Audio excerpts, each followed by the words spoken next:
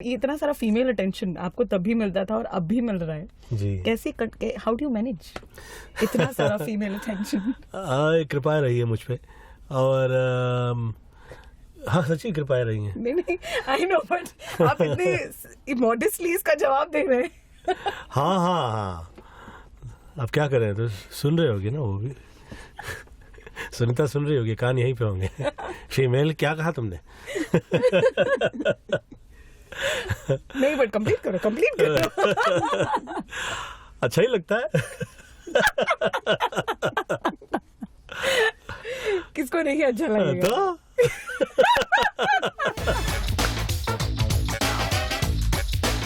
आज मेरे हाल तो मत ही पूछो। I am on the top of the world क्योंकि यहाँ पहली बार रेडियो नशा एंड फीवर एफएम के स्टूडियोज में आए हैं the one and only Govinda. नमस्कार, प्रणाम, हेलो एवरीबॉडी। कैसा लगा? की हाल है? कितना हो गए हाल? आप ऐसे पूछोगे तो हाल अपने आप कमाल हो जाएंगे। जी।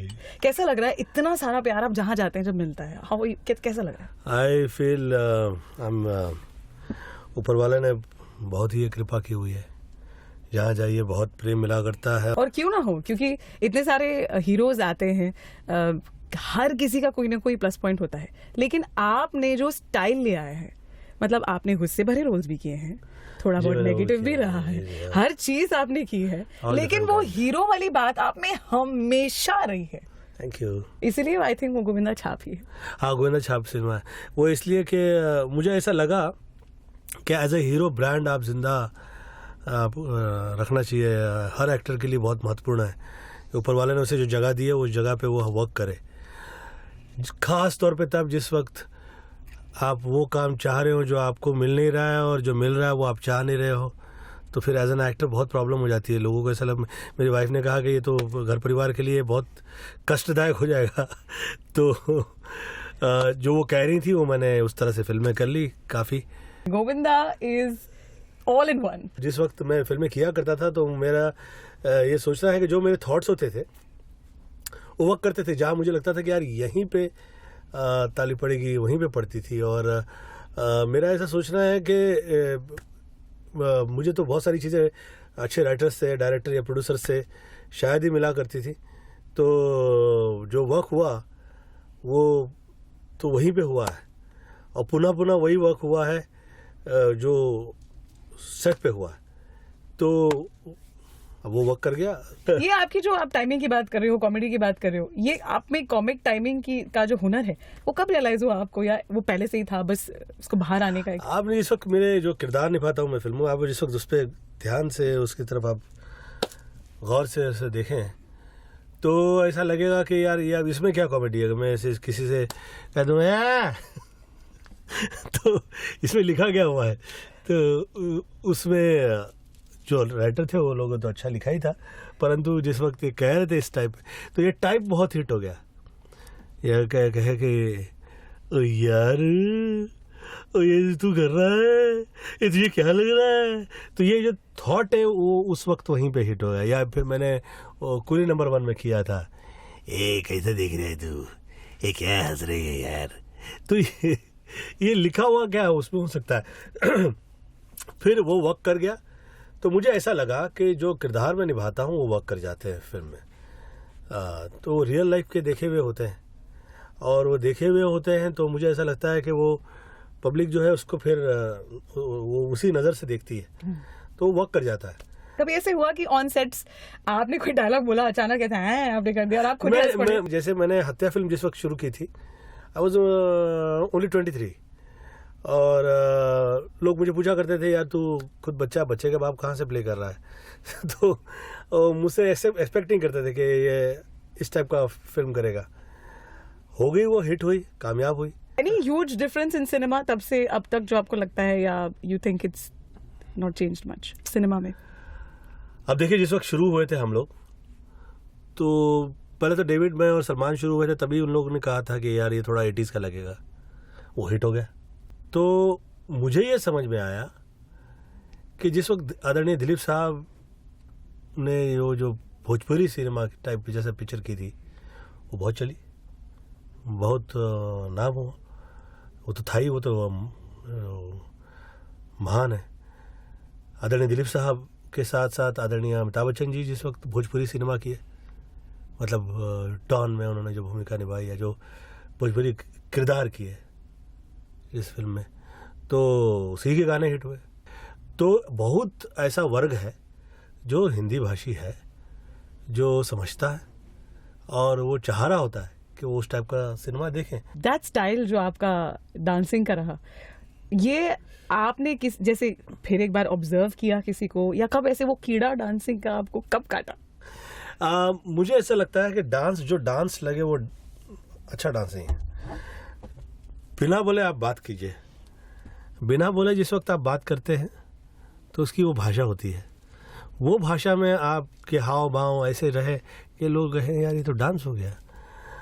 अब गोविंदा का डांस तो वही है कि जो डांस न लगे, ऐसा लगे वार्तालाप हो रहा है।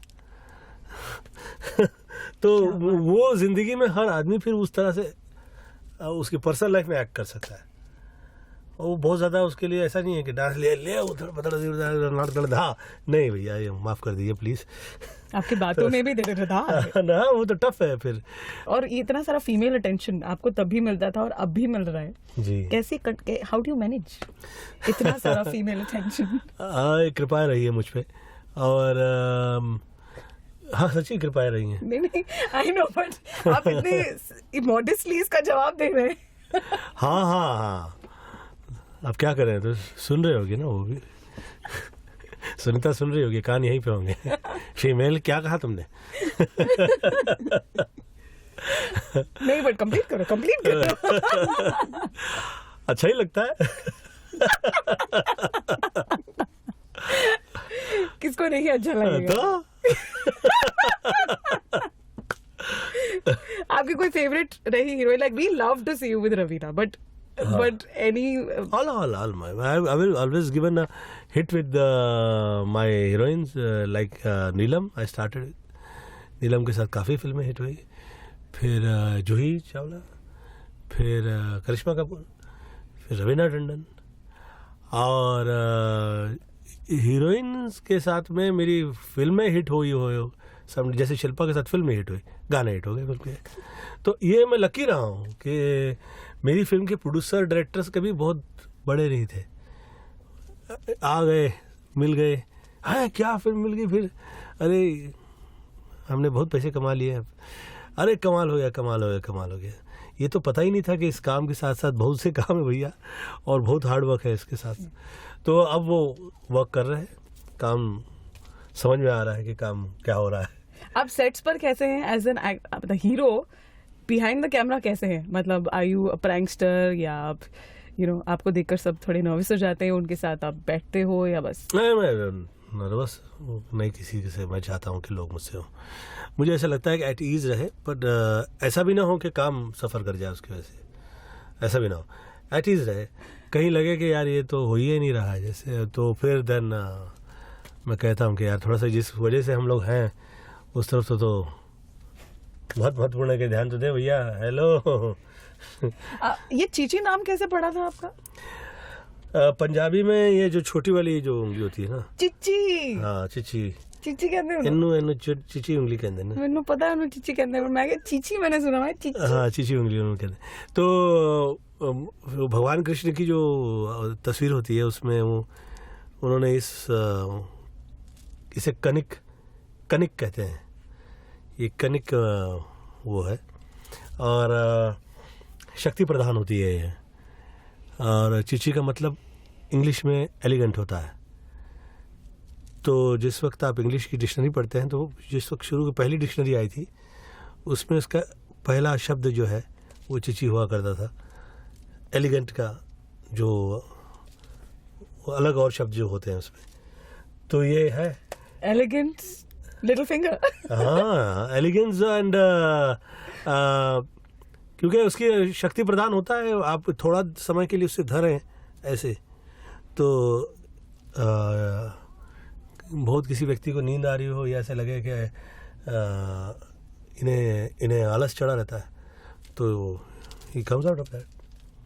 तो काम वैसे किया मैंने, 48-49 फिल्म्स आज ऐसे कह दो किसी आप हीरो से कि आप 48-49 फिल्म्स कर रहे हैं, वो शहर छोड़ के भाग जाएगा, फिल्म लाइन तो दूर की। so many years, so many films. आपने लेकिन बॉलीवुड या हिंदी सिनेमा में एंटर करने से पहले जी। सोचा था कि यही करना है? मैं तो सोच नहीं सकता था कि मैं हीरो हो जाऊंगा। मैं I was struggling to have some work, कहीं से काम मिल जाए भैया।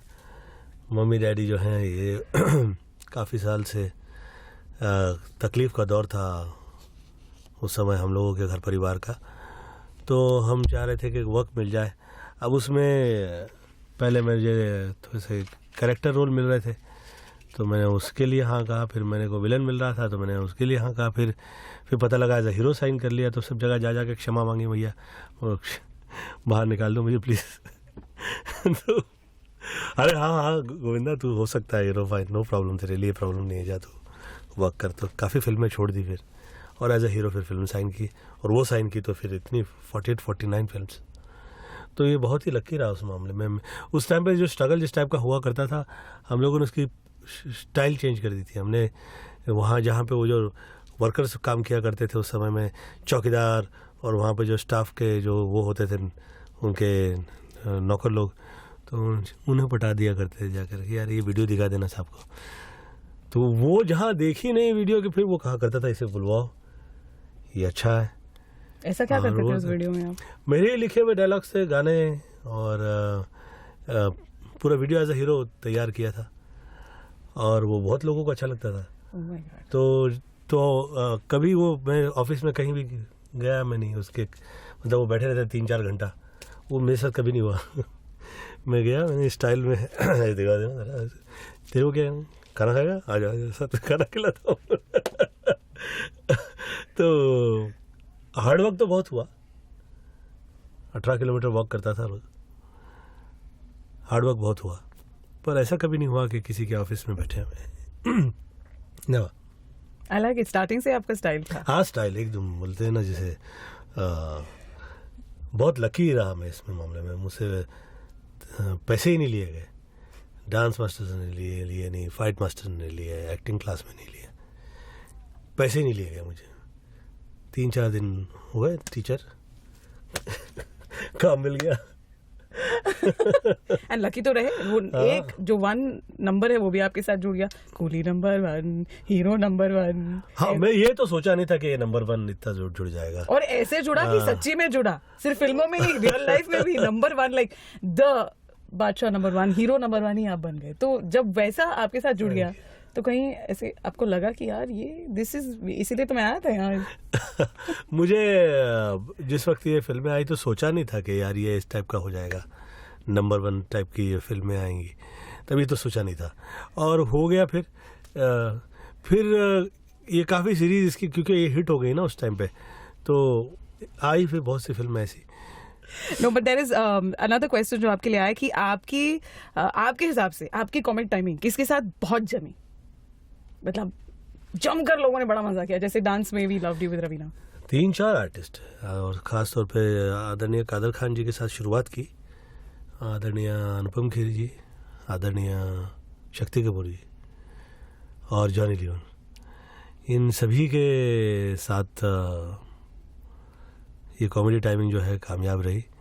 और ऐसा लग रहा था लोगों को कि ये हम लोग प्लान करते हैं, मतलब फैक्ट इज़ दैट कि जो काम मिल रहा था हम लोग किए जा रहे थे, और ये हो गया है। 14 साल तक सुपर हिट फिल्में आती रही, और वो दौर था बाकायदा 14 ईयर्स का वो रहा।